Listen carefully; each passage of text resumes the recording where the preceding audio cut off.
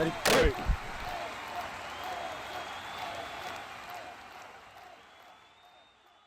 What's up, guys? It's Pick'em with HuddleGG, and welcome back to another episode of Ask Huddle. If you guys are new here, this is a series that we do each week where we answer your guys' questions in the community.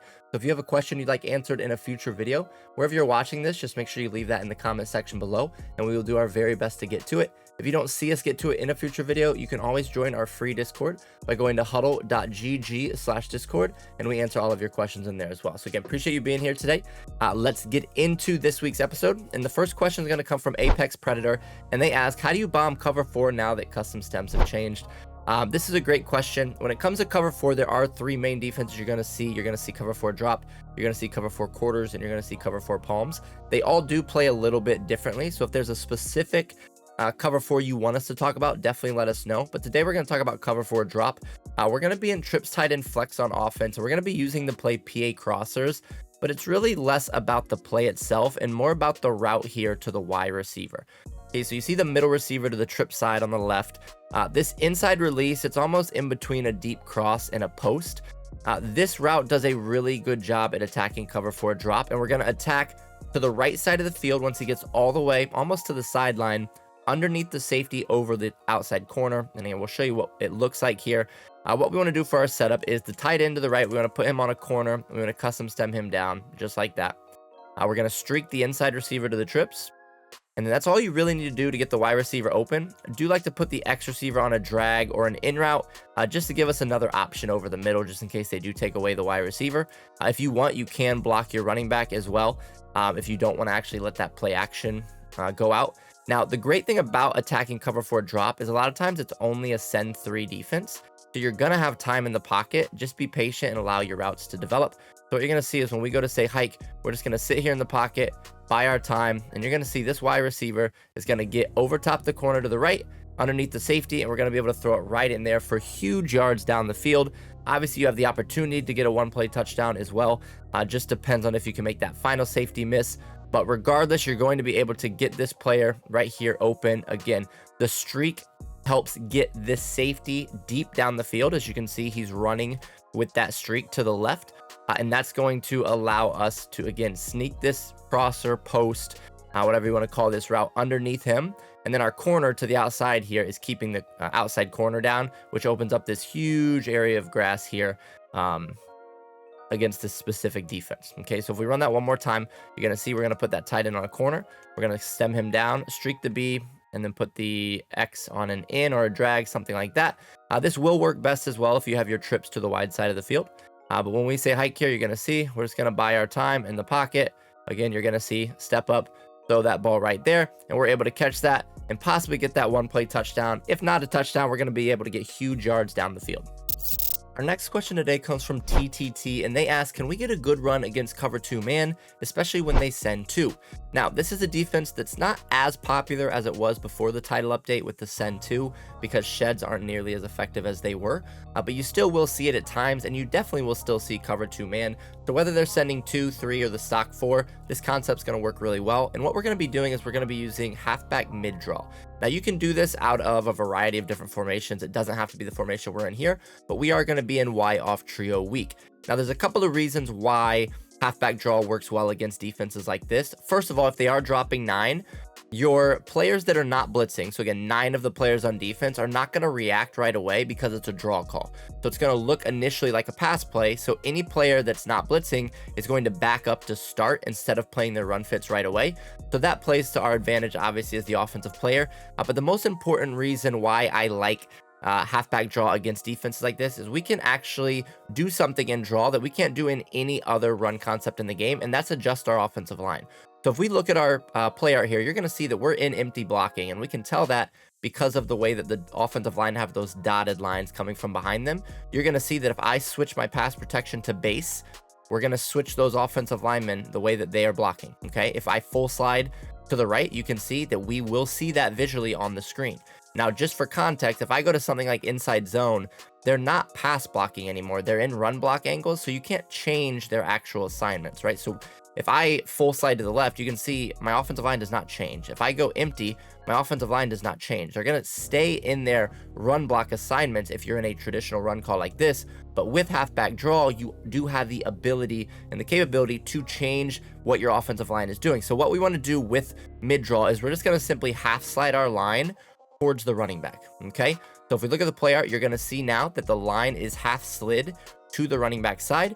Then from there, you just want to be patient and you want to run the ball. Anytime you're running the ball, you want to be patient and understand, first of all, there will be certain times where they get a quick shed. You're not going to get 10 yards every time running the ball, no matter what you do. But if you can get a consistent 5+ yards, the vast majority of the time you're running, that's a win for us offensively. So again, we're going to half side towards the running back. And again, just be patient. And you can see how much space we have here. And we made it about 12 yards downfield there before we even made contact with the defender. So if you look at the replay here real quick, you're going to see that we get really good blocking against this. You're going to see that a lot of these players are backing up. Again, this player's backing up with the draw call. These guys are all playing their man to start. They're not going to react until we're actually handing it off. And again, with the safeties here in a cover 2 man, they're not in the run fit. So they're going to back up to start and get even more depth. And you can see when we're about to cross the line of scrimmage here, they're still about 17 yards downfield.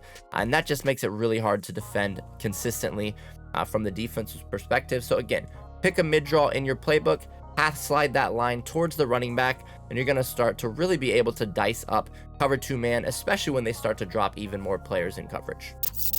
Our next question today comes from Ian Evans, and they ask, how do you defend bunch X nasty, preferably using match coverage? Now, this is a great question. I do want to preface this by saying, in terms of defending an entire formation, there's not really one defense that can do that. It is dependent on what route combos your opponent is running from that formation. But I will go over one of our favorite setups against bunch X nasty, against one of the more popular route combos that people are going to run. And we're going to be in cover 9. Now, you can do this out of any formation that has cover 9. Just make sure that you have auto flip on, and when you do pick your cover 9, make sure that it's a cover 9 that has a soft squat rather than a cloud flat. So there are a couple that do have cloud flats on the field. You just want to make sure that your outside corner to the bunch side is on a soft squat. Now, what we want to do for our setup here is we're going to back off the point man or the middle receiver to the bunch individually. We want that vert hook to get back a little bit further. And then I'm going to man up the 3-rec to the tight end. Okay. Now, I personally like to route commit to the inside as well to help that manned up defender shut off a post or a drag to the tight end. That last step is more optional. You don't have to do that, but that is just something that I like to do. And then we're going to use this backside safety here on the inside quarter. And we really can just roam free. Just look to play essentially a middle third. If anything comes deep over the middle, you can take it away. If not, look to maybe help on an in-breaking route from the solo receiver, maybe a Texas route, things like that to the running back. But what we're going to talk about stopping here are going to be these corner routes from the bunch side. A really popular route combo is something like this to the right, where we're going to have a custom stem down corner, a slot fade, and then a streak to the tight end. And this setup here out of cover 9 is going to absolutely take this away. So what you're going to see is when they go to say hike, we're just going to roam the middle here. We're going to come down, take away this dig, allow our pass rush to come in.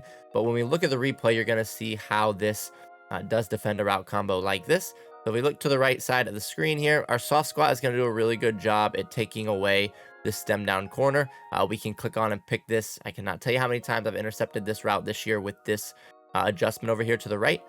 Here we have our vert hook who's going to match the slot fade. We also have help over the top with our deep safety. Our manned up player here takes away the tight end. As you can see there, this player would take the running back away if he goes out on a route. If the running back stays in the block, he would just kind of float off into this curl flat area of the zone. And then we have man coverage here on this dig. And again, we can help out underneath. Once we know that, again, this guy is the only guy running deep in the middle of the field, our manned up defender can take him. So now we're looking to rob any of these in-breaking routes, whether it's a post, whether it's a deep dig or anything like that from this solo receiver. Again, one more time, we're just going to come out and cover 9. Make sure you have auto flip on. And we're going to back off the point man. We're going to man up the tight end. And we're going to route commit to the inside. Okay, that's all we need to do there. And again, this is really, really good against a route combo like this. This will do good against other route combos as well. Obviously, there are certain things that your opponent may run that could attack it well. But this will do a good job as a base defense against bunch X nasty. And then when they go to say hike, we're just going to rotate to the middle. Again, when we see we don't really have any big threats, we're just going to pin down, take away the dig, And you're going to see, even if they have all day in the pocket, because our guys were not able to get the sack, we're still going to have everything locked up on the back end. So again, like I said, this isn't going to stop every single route combo you face out of Bunch X Nasty, but this is a really good starting point and a really good base defense against some of the more popular route combos that you're going to see your opponent run. Our last question today comes from Epic Dude, and they ask which abilities are currently worth it at this stage of the game. This is a great question, and actually something that we work with MuttGG on each year to come out with our ability tier list. So what you do is when you get to mutt.gg, you'll go to the top, these 3 dots here, you'll click on those. Under MuttGG resources, you're going to see abilities tier list. Now this is going to list the abilities in most effective at the top to least effective at the bottom. I will say the ability system did change this year in Ultimate Team, or in Madden in general, where the abilities are no longer guaranteed. So your things like KOs, Edge Threat, Secure Protector, things like that are no longer a guaranteed win. It's more of a 50-50 chance. So even though an ability may be effective, it's not going to be something that you see every single rep like you would have seen in years past. But if we are looking at these abilities, if I'm going to look at what I would say are the most effective and most useful right now, I would say you want Pocket Deadeye on your quarterback. Obviously, any of these here in the gold tier right now are good abilities to have, but Pocket Deadeye is something that I would have on no matter what on your quarterback, just to make sure that you can have more accurate throws there from the pocket. If you are looking to get a good pass rush from your defensive line without needing to blitz, another really good ability is going to be Double or Nothing. And then lastly, another one that you will want to put on anybody that's 6'4 or taller on your team that you can get it on is going to be Spin Cycle. So again, the people who are 6'4 or taller do get a more unique and more effective spin. So players like T. Higgins do phenomenal with this if you have Spin Cycle equipped. So those are 3 abilities that I would highly recommend putting on your team right now. Again, any of these abilities are going to be effective for you. These are still good here in the silver tier also. I would probably shy away from the majority of the abilities here in bronze tier. Either they don't really work, they're not super effective, or you're going to have better options up here above. So again, make sure you check out this tier list. We do update this throughout the year. So again, as new abilities come into the game, when we get higher overall players, we will update these things. If there's a title update that changed things, we also update that as well. So again, make sure you check this out. But again, if I'm looking at 3 that I would put on right now, Pocket Deadeye on your quarterback, Double or Nothing on some pass rushers, and Spin Cycle on some receivers that are 6'4 or taller. And if you guys are looking to get even better at Madden, make sure to join our free Discord by going to HuddleGG/Discord.